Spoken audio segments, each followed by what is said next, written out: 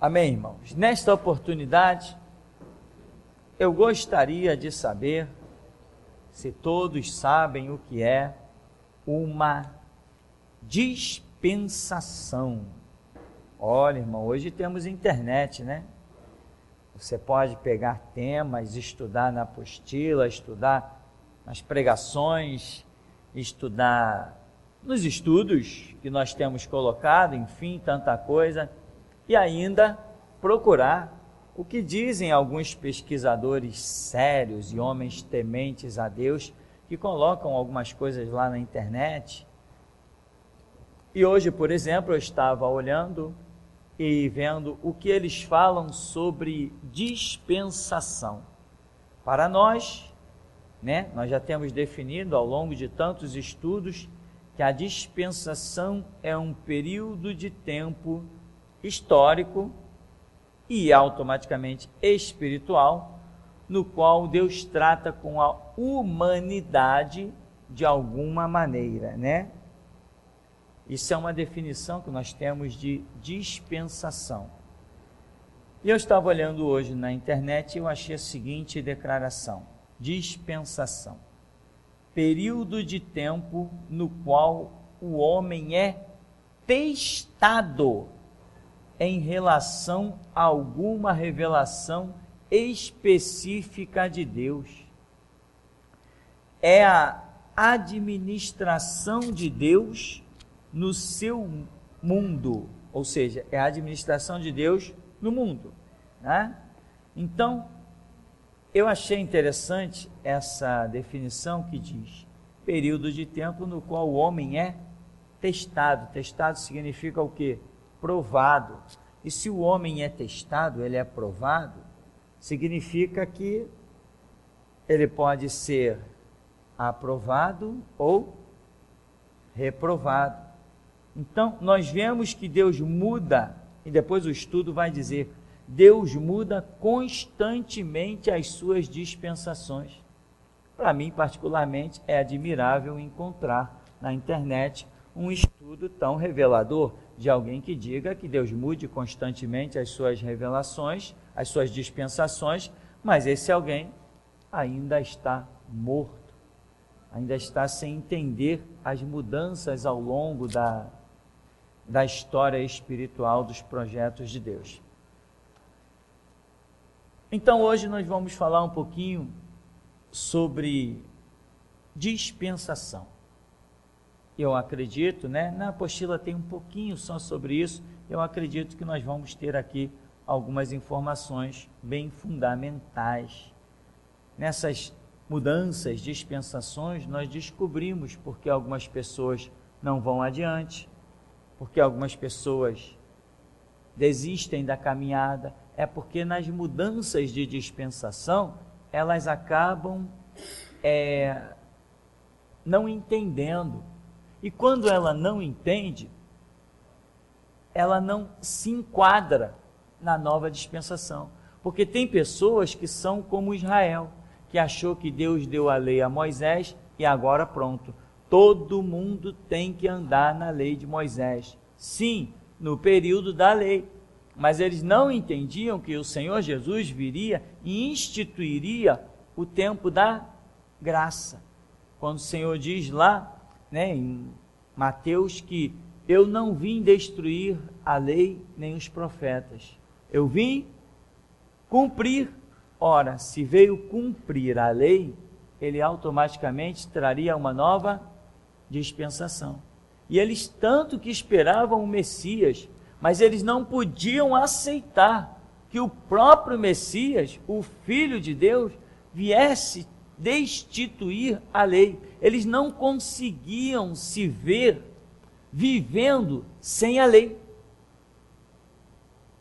Para eles a lei era algo tão bem estabelecido, tão bem fundamentado, que isso jamais poderia sofrer alguma mudança.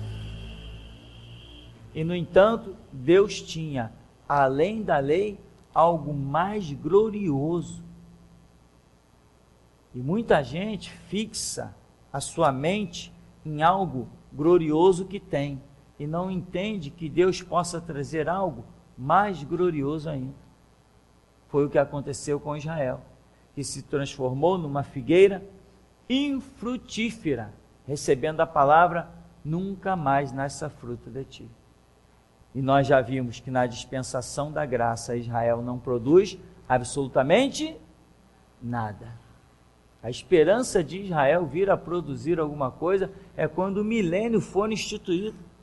Enquanto o milênio não for instituído, isso é uma suposição. Uma suposição. Porque Israel, como nação, sabe-se lá se vai produzir alguma coisa, já que tudo será regido pelo cristianismo, pelos gentios, que inclusive vão ensinar os próprios judeus. Então, o fato de não entender mudanças destrói vidas. As pessoas precisam compreender que Deus não é um Deus morto. E se Deus é um Deus vivo, Ele muda as coisas. Ele faz mudanças que nem você faz dentro da tua casa. Um dia você coloca um armário num lugar, outro dia você coloca uma prateleira no outro, outro dia eu não quero mais guardar o arroz aqui, eu quero guardar o arroz ali. Eu não quero mais deixar a carne nesse canto, eu quero deixar a carne naquele. Você não faz mudanças assim dentro da sua casa? E as pessoas acham muito impossível que Deus venha realizar mudanças nas suas regras sobre a humanidade. Então, irmão, presta atenção: dispensação, período de tempo no qual o homem é testado em relação a alguma revelação específica de Deus. Bom, em ordem, pelos historiadores, nós temos a primeira dispensação, que se chama... Como se chama a primeira dispensação? Inocência, que de inocência não tem nada. Amém? Essa dispensação se chama inocência pelo seguinte: o que aconteceu com Adão depois de ele ter cometido o pecado foi algo para ele novo. Novo no sentido de experiência, percepção, sentir coisas que ele antes não sentia. Isso, então, foi chamado, essa era ali de Adão, foi chamada de dispensação da inocência, por isso. Não que Adão fosse alguém inocente. Não, Adão não era inocente. O que é uma pessoa inocente? É alguém que não sabe alguma coisa. Essa dispensação aqui é chamada de inocência, não porque Adão não soubesse alguma coisa, mas pelo fato de ele não ter tido anteriormente as experiências e o conhecimento e as dores e o frio e o calor e ter que arar a terra. Ele antes não tinha esse conhecimento dessa parte de sacrifício, de pagar um preço para que a terra germinasse. Isso, pelos teólogos, é chamado de inocência. Mas não que Adão fosse inocente. Porque se Adão fosse inocente, Deus não poderia dar a ele o quê? Um castigo.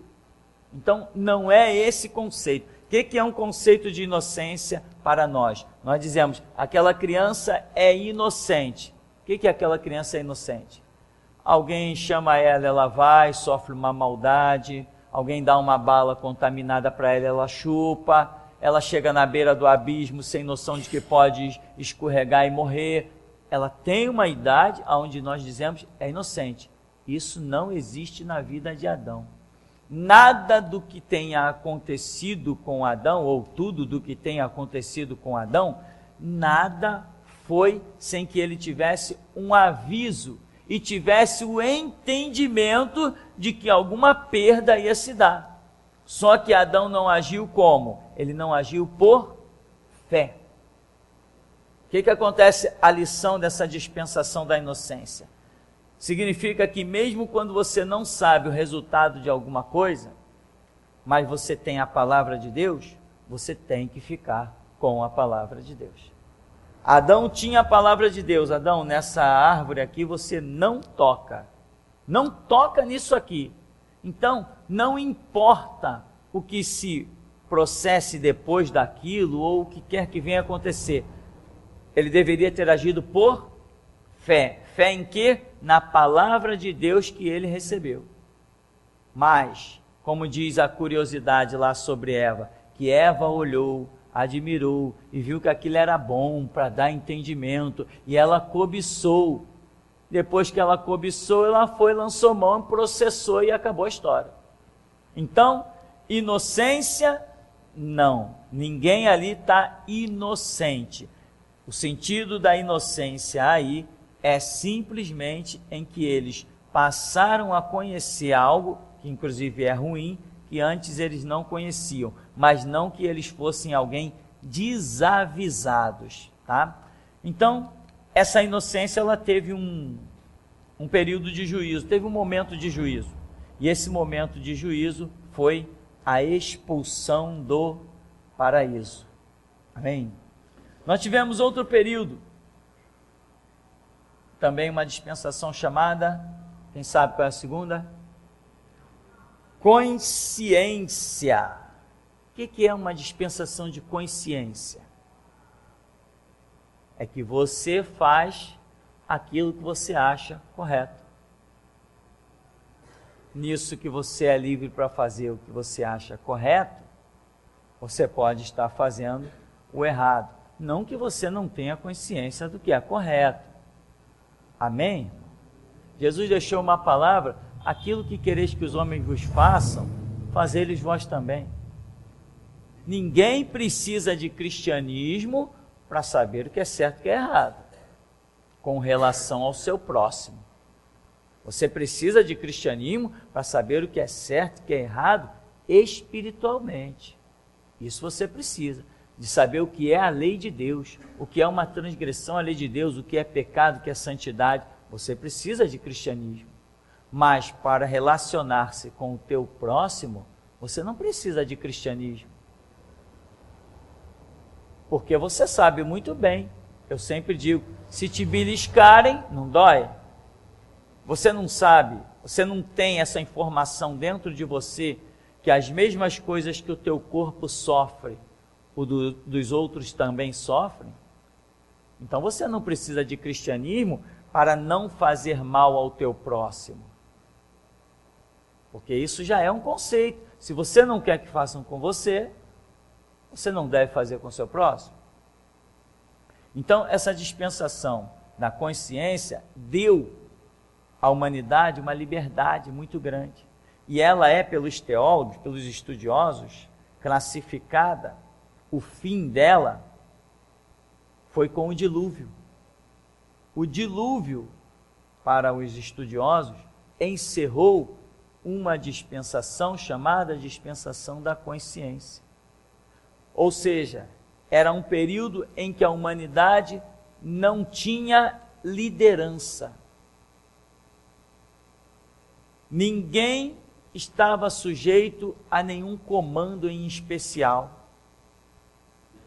E o que aconteceu? Cada um fazia o que queria. Aonde foi dar essa liberdade que Deus deu à humanidade? Eis que Deus olhou para a terra e viu que toda a carne se havia corrompido. Dá para você entender que o mundo tem governos que Deus não gosta dele, mas sustenta eles.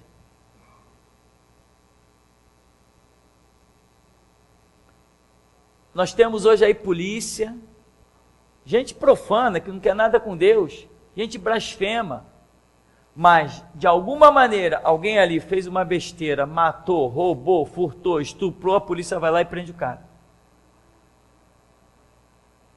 No tempo dessa dispensação chamada consciência, a humanidade chegou a extremos. Se você tiver a oportunidade de ler os livros que falam disso, irmão, é uma coisa horrenda. Quando começa a se descrever as coisas que eram feitas, era um pouquinho pior do que o que acontecia em Sodoma e Gomorra. Um pouquinho pior. Mas pastor, o que acontecia em Sodoma e Gomorra? A Bíblia não diz nada? É verdade, a Bíblia deixa muita coisa no ar. Leia os livros.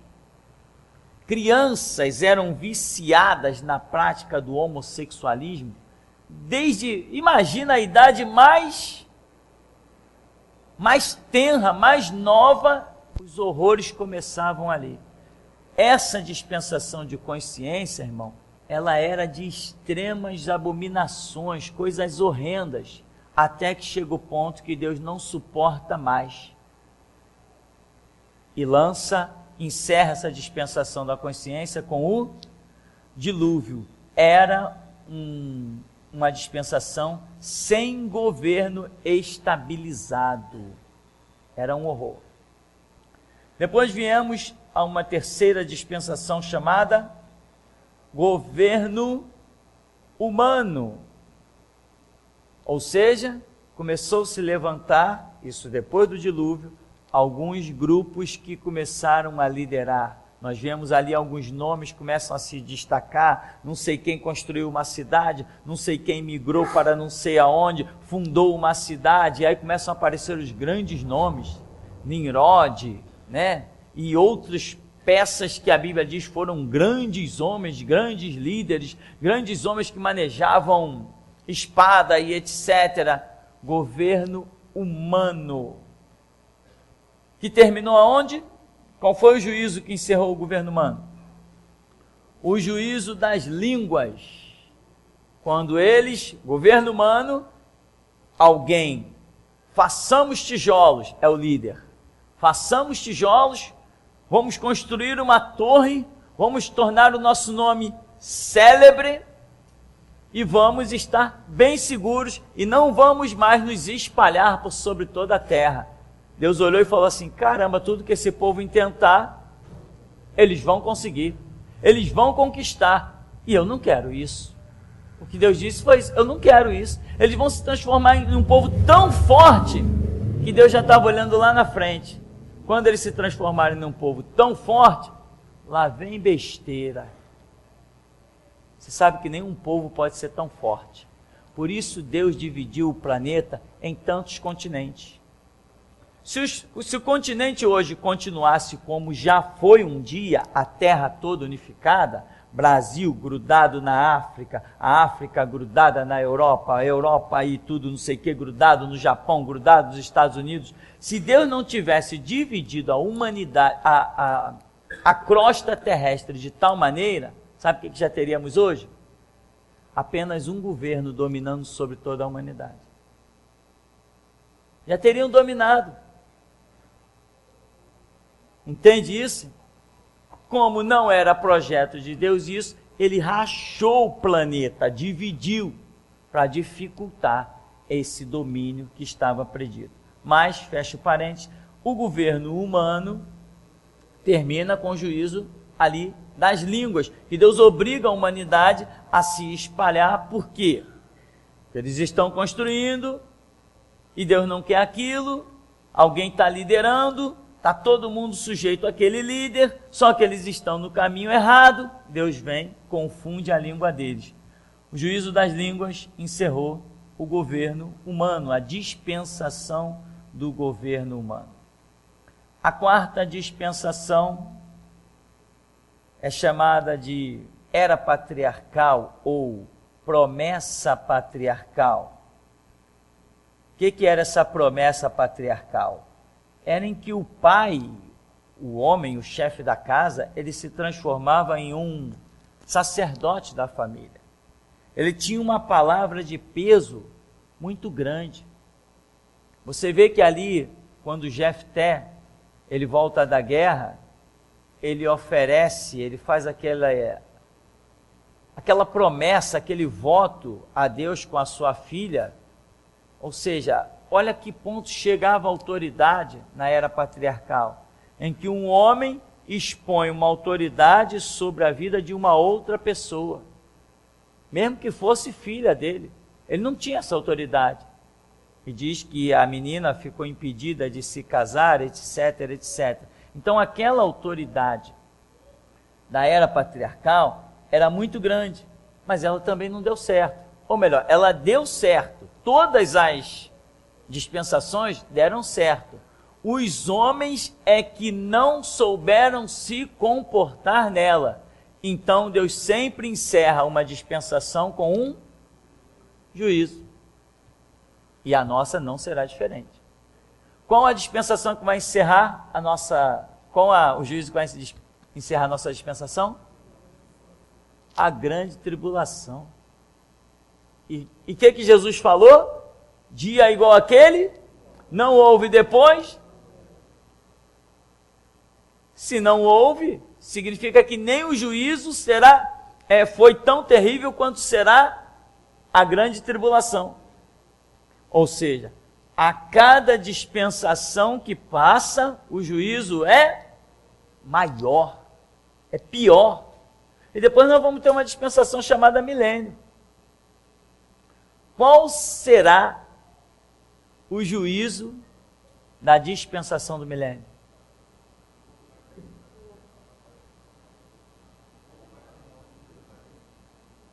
Eu gostei da opinião de todos vocês. Depois a gente conversa sobre isso.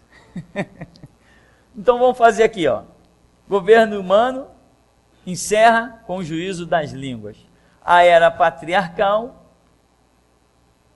alguns historiadores colocam ela com a escravidão ao Egito. Promessa patriarcal, ela encerra com a escravidão ao Egito. Porque quando o povo sai do Egito, qual é a nova dispensação que será implantada? A lei com quem? Moisés. Então, a era patriarcal tem um juízo de escravidão. Quanto tempo esse povo foi escravizado? 430 anos de escravidão.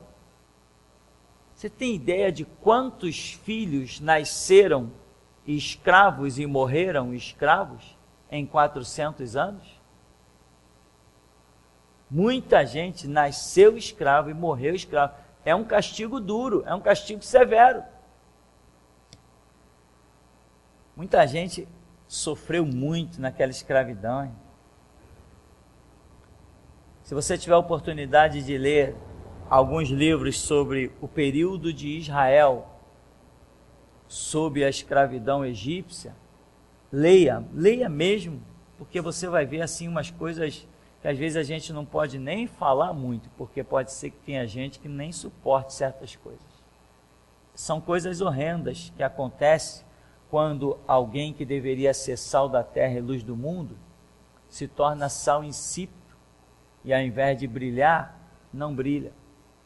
Quando Deus nos chama a uma obra e nós prevaricamos, eu acho que melhor é nem ter nascido, porque Deus não poupa, porque a Escritura diz, a quem muito lhe é dado, muito lhe será cobrado, e não é brincadeira não, horrenda coisa é cair nas mãos do Deus vivo, horrenda, é uma palavra bem terrível.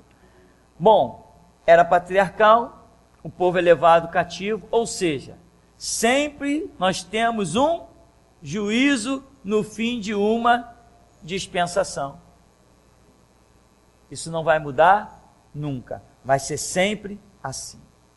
Nós vemos a quinta dispensação, que é a dispensação da lei.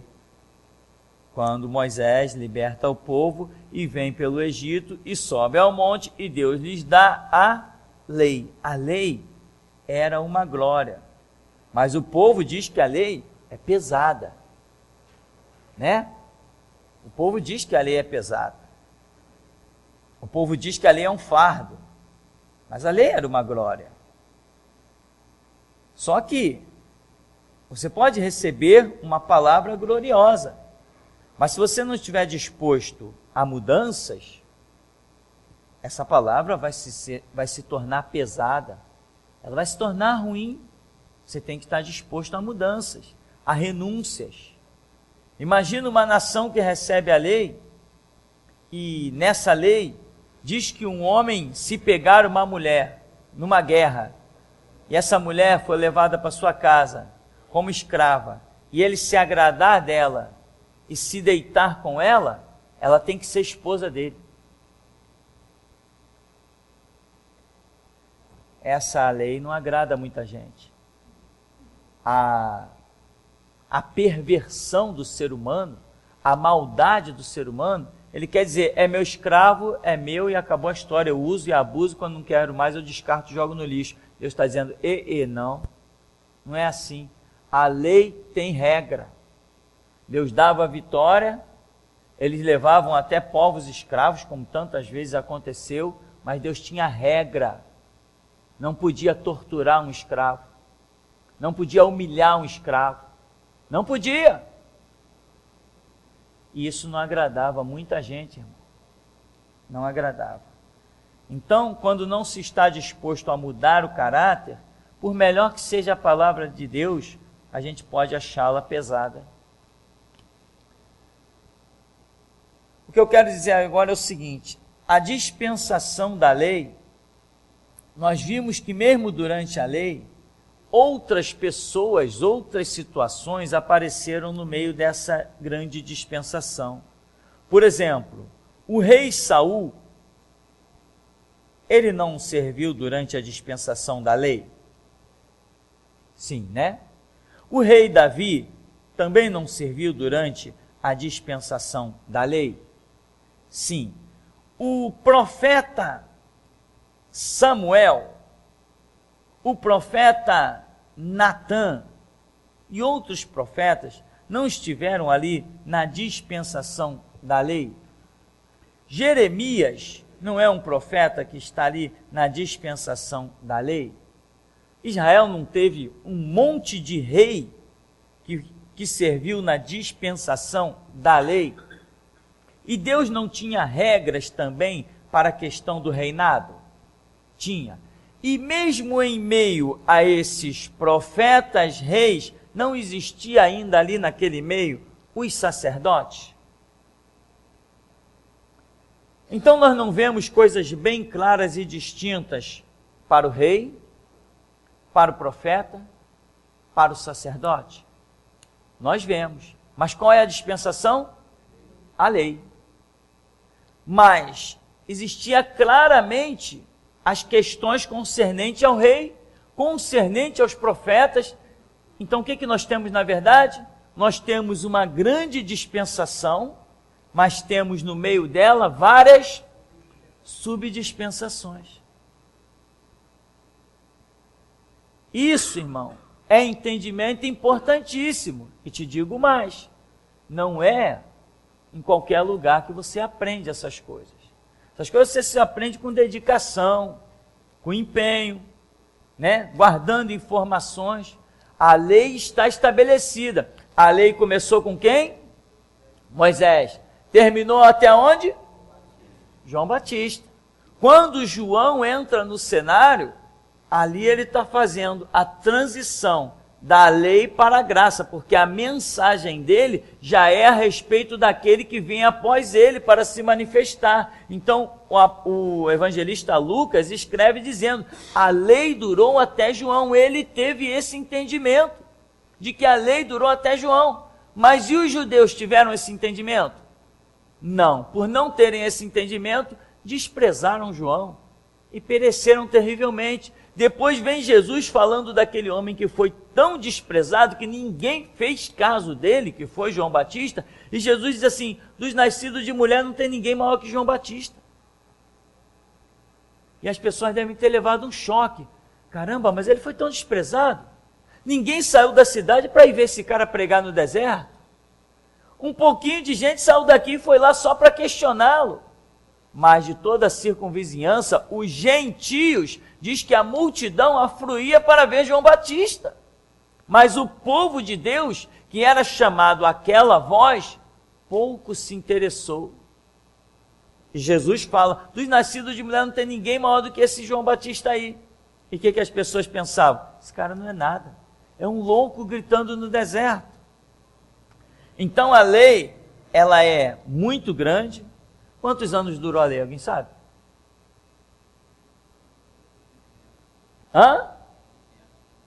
1500. É um bocado de tempo, né? 1500 anos. Isso tudo. É? Então, você vê que eu estou por fora desse tempo da lei assim, tão tempo, né? Mas se for estudar 1500 anos, irmão, eu vou ficar barbudo e vou acabar morrendo. É um tempo enorme, né? Quando os judeus se deparam com isso, eles dizem, isso não vai mudar nunca. Irmão, você vê o perigo de você olhar para Deus e classificá-lo como um boneco de gesso que não muda nunca? Você vê o perigo de olhar para as coisas de Deus e achar que elas são mortas, que não vão mudar nunca? Quem deu crédito a João Batista? A Bíblia não fala nenhum alarido, nada alarmou Jerusalém, ninguém esquentou a cabeça com aquele camarada. O período da lei, voltando, ele foi subdividido. Então nós vemos sacerdotes, nós vemos reis, nós vemos profetas. Então nós vemos 3 grupos diferentes, todos sujeitos à lei. Mas alguém poderia dizer assim, eu não quero saber do sacerdote não, eu sou seguidor da lei? Alguém podia dizer isso? Não. Primeiro que o sacerdote é o próprio representante da lei. Alguém poderia dizer assim, eu não quero saber daquele profeta não, eu sou seguidor da lei. Alguém poderia dizer isso? Não. Porque o profeta é uma subdispensação inserida na grande dispensação da lei. Ele é parte. Para que as pessoas entendessem o que é lei, elas tinham que entender o sacerdócio, tinha que entender o profeta. Alguém poderia dizer assim, eu não vou me sujeitar ao rei, porque eu já tenho a lei. Alguém poderia dizer isso? Não. Alguém poderia dizer assim, eu vou me sujeitar à lei, ao sacerdote e ao profeta, eu não quero saber de rei na minha vida, não me interessa o rei. Alguém poderia dizer isso? Não. Todas essas coisas corroboravam para serem uma só. Quando Deus levanta Davi debaixo da dispensação da lei, junto com sacerdotes e junto com profetas, teve quem dissesse, não queremos que o filho de Jessé, que era Davi, reine sobre nós, não temos parte com ele. A Bíblia mostra que esses logo caíram a espada e foram exterminados. Então, meu irmão, nós precisamos observar o que é uma dispensação, o que Deus levanta. Nós temos que ter cuidado na nossa caminhada, cautela. Nós não podemos chamar o profano de santo, nem o santo de profano. Nós não temos autoridade para dizer isso eu quero e aquilo eu não quero. Nós não temos essa autoridade. Nós temos que saber diante de Deus, o que o Senhor levantou e o que o Senhor não levantou. O que Deus levantou, não interessa se eu gosto, se é feio, se é bonito, se me agrada ou não, eu tenho que me curvar. Porque se a dispensação de Deus foi instituída, ou eu me curvo, ou eu estou fora dela. Se eu estou fora da dispensação de Deus, eu sou vulnerável. Eu vou morrer, eu vou perecer, os inimigos vão triunfar sobre mim. Um grande exemplo dessa questão da dispensação é uma parte da história que é estupendamente maravilhosa, é quando, no ano 70, Roma invade Jerusalém. Dizem os historiadores que quando Roma invadiu Jerusalém no ano 70, não tinha ali nenhum cristão. Isso é estarrecedor, meu irmão. Flávio José faz declarações que você se arrepia do princípio ao fim, você fica chocado. Porque os judeus foram massacrados, porque insistiam em permanecer numa antiga dispensação. Mas houve uma situação em Jerusalém, houve um mover, houve perseguição, houve fuga, e as coisas aconteceram de tal maneira que quando Roma vem invadir, no ano 70, Jerusalém, não tinha cristão nenhum lá. Todos eles estavam fora de Roma, todos eles estavam fora de Jerusalém, porque eles estavam em outra dispensação, que os levou para outro lugar. A dispensação de Deus na tua vida te coloca no lugar certo, na hora certa. é entender o mover de Deus, é entender as dispensações, né, Rafael? É poderoso, é coisa gloriosa, sabe, meu irmão? É coisa que fala de dentro para fora. Isso é tremendo, meu irmão. Deus tem muitas dispensações. Tem a dispensação de você ser humilhado no teu emprego. Tem a dispensação de você ficar desempregado, ser chamado de vagabundo. Mas te enquadra na dispensação. Você tem que se enquadrar. Deus, eu não aguento mais, é a tua vontade? É, então eu aguento sim. É assim que funciona, irmão. Né? Eu contei aquela experiência aqui.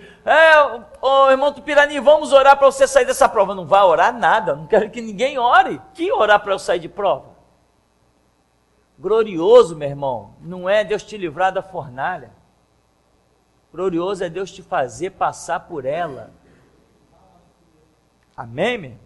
Glorioso não é Deus te impedir de entrar na cova dos leões. Glorioso é Deus te fazer entrar e sair de lá. Isso é que é glorioso.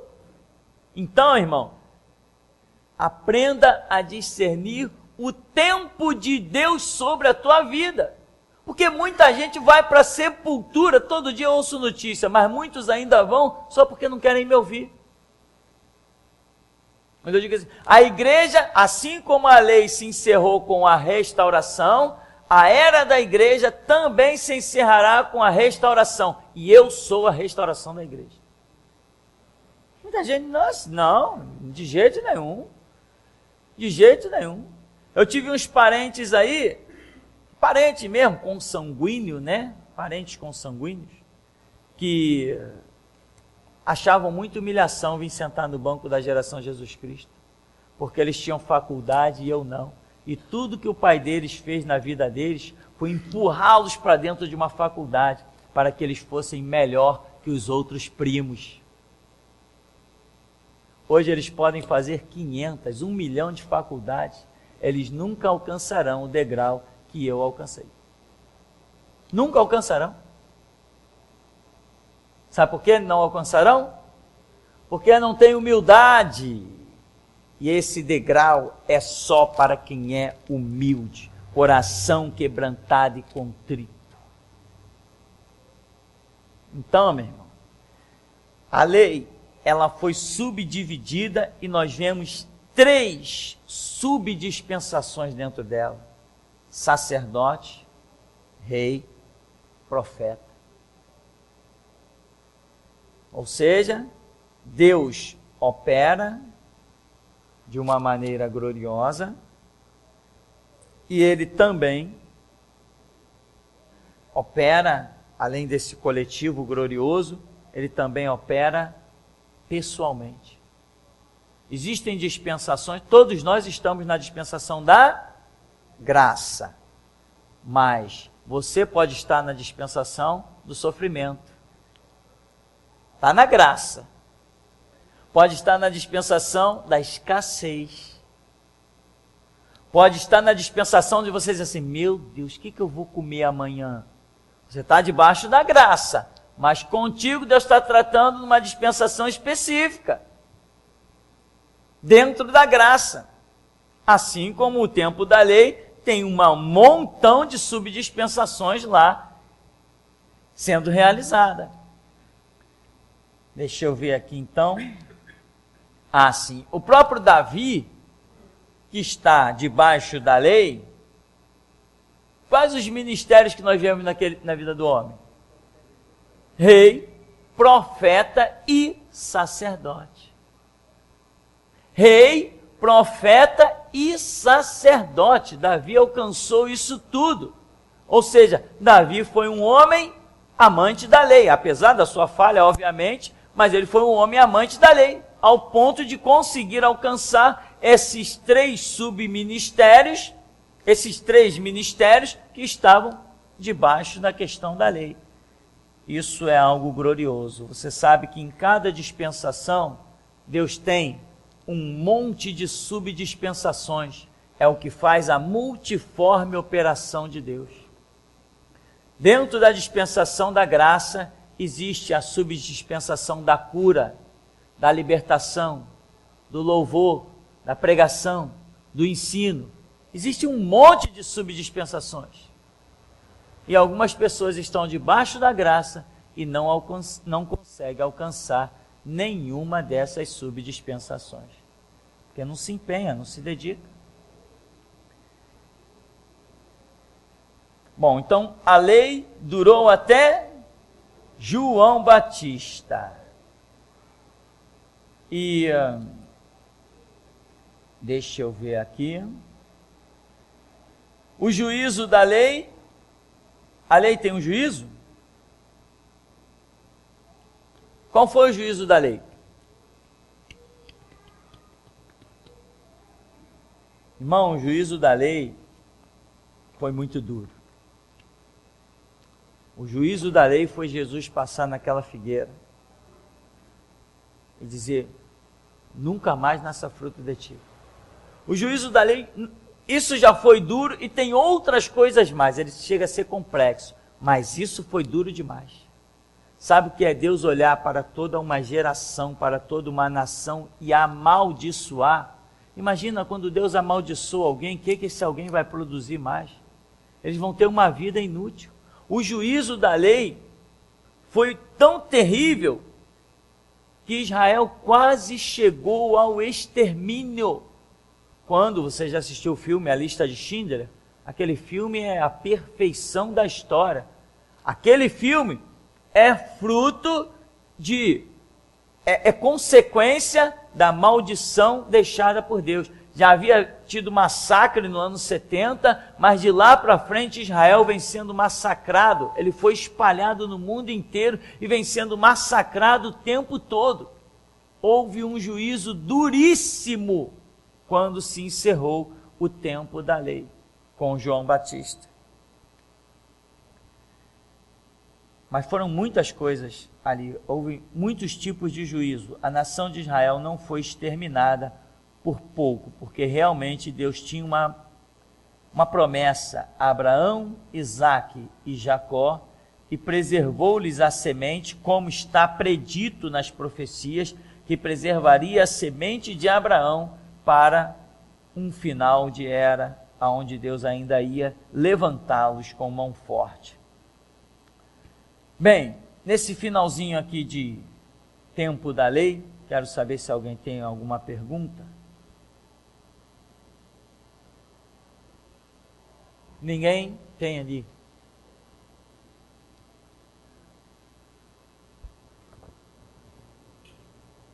Boa noite, pastor. A pergunta é a seguinte: a lei foi até João Batista e logo após veio a graça. Com a implantação da graça, entendemos que os judeus não conseguiram produzir mais nada. Assim também vai ser aqui com os gentios, porque, veja bem, entrou a restauração e a graça que está aqui sobre a igreja, né, a igreja que eu posso dizer, a igreja lá fora, eles não poderão mais produzir nada? Podemos fazer esse tipo de comparação? Exatamente, com todas as letras que você imaginar, e ainda eu te digo, aposto a minha vida e o meu sangue. Nada mais que a igreja está produzindo lá fora tem valor diante de Deus. Nada mais. Eles hoje são classificados como rebeldes. Eles são rebeldes. Eles não produzem mais nada. Pode pegar um grupo de crente aí, estou fazendo visita no hospital, porque vocês são um grupo de palhaço. Que nós vamos evangelizar não sei aonde, vai porque são palhaços. São palhaços. Mas eu estou fazendo a obra, estou evangelizando. Não, tu está fazendo a obra de palhaço. Está evangelizando porque é um palhaço. A dispensação da evangelização acabou-se. Acabou-se. Se a igreja não vai ser arrebatada, quem que eles estão evangelizando se eles não vão ser arrebatados? Estão evangelizando quem? Vai lá fora na praça, cata uma pessoa, traz para dentro da igreja, bota um político lá atrás do púlpito para essa pessoa ser mais um voto. É isso que eles estão fazendo. Ou então mais um membro da maçonaria. Não, eles não vão. Não existe. As Assembleias de Deus não tem ninguém lá que será arrebatado. Eu disse ninguém. Não serão arrebatados. Não tem um batista, metodista, presbiteriano que será arrebatado. Não tem nenhum. Eles estão fora. Surgiu a dispensação da restauração, quem continuou na dispensação da evangelização já era. Procura saber da autoridade deles. Aos sábados, o Silas Malafaia está pregando na televisão de manhã. Ouça a pregação dele até o fim, se tu aguentar. Se tornou abominável. Quando eles dizem, vou orar, dá vontade de vomitar. Quando aquela raça diz que vai orar. Quando eles tocam no nome de Deus, dá vontade de vomitar, dá vontade de voar na televisão e torcer o pescoço deles. Tocar no nome de Deus, eles, é uma abominação, me provoca ira. Eles não têm mais nada, eles são rebeldes, e a parte deles não é a mesma que a nossa. Então, tal qual Israel, que se tornou uma árvore infrutífera, assim também, tem uma parábola na Escritura, a parábola das duas mulheres, onde nós temos uma pregação intitulada As Duas Mulheres, onde Deus revelou isto, que haverá até o final do tempo, duas mulheres trabalhando, uma é essa igreja que está aí para trás, e a outra é a voz da restauração. E essa que está aí para trás, está trabalhando no mesmo campo e está produzindo alguma coisa. Só que o que ela está produzindo não é mais aceito. Ela está com um trabalho fora do projeto de Deus. Ela está fazendo o que ela quer fazer, ela não está obedecendo ao Senhor. Eles estão, inclusive, fazendo aliança com os políticos, enquanto que Jesus aqui para nós está dizendo aonde entrar político eu saio. Então, irmão, fique muito claro isso. Tal qual Israel, quando mudou a dispensação, assim é a igreja que fica para trás. Tudo que tu imaginar de igreja que ficou para trás, tudo, eles não produzem mais nada. Tem igreja até que tem pastora, meu irmão, por favor. Por favor. Mulher pastora dirigindo igreja, só se eu colocar meu sangue num pote, porque realmente a abominação é tamanha, é fora do comum.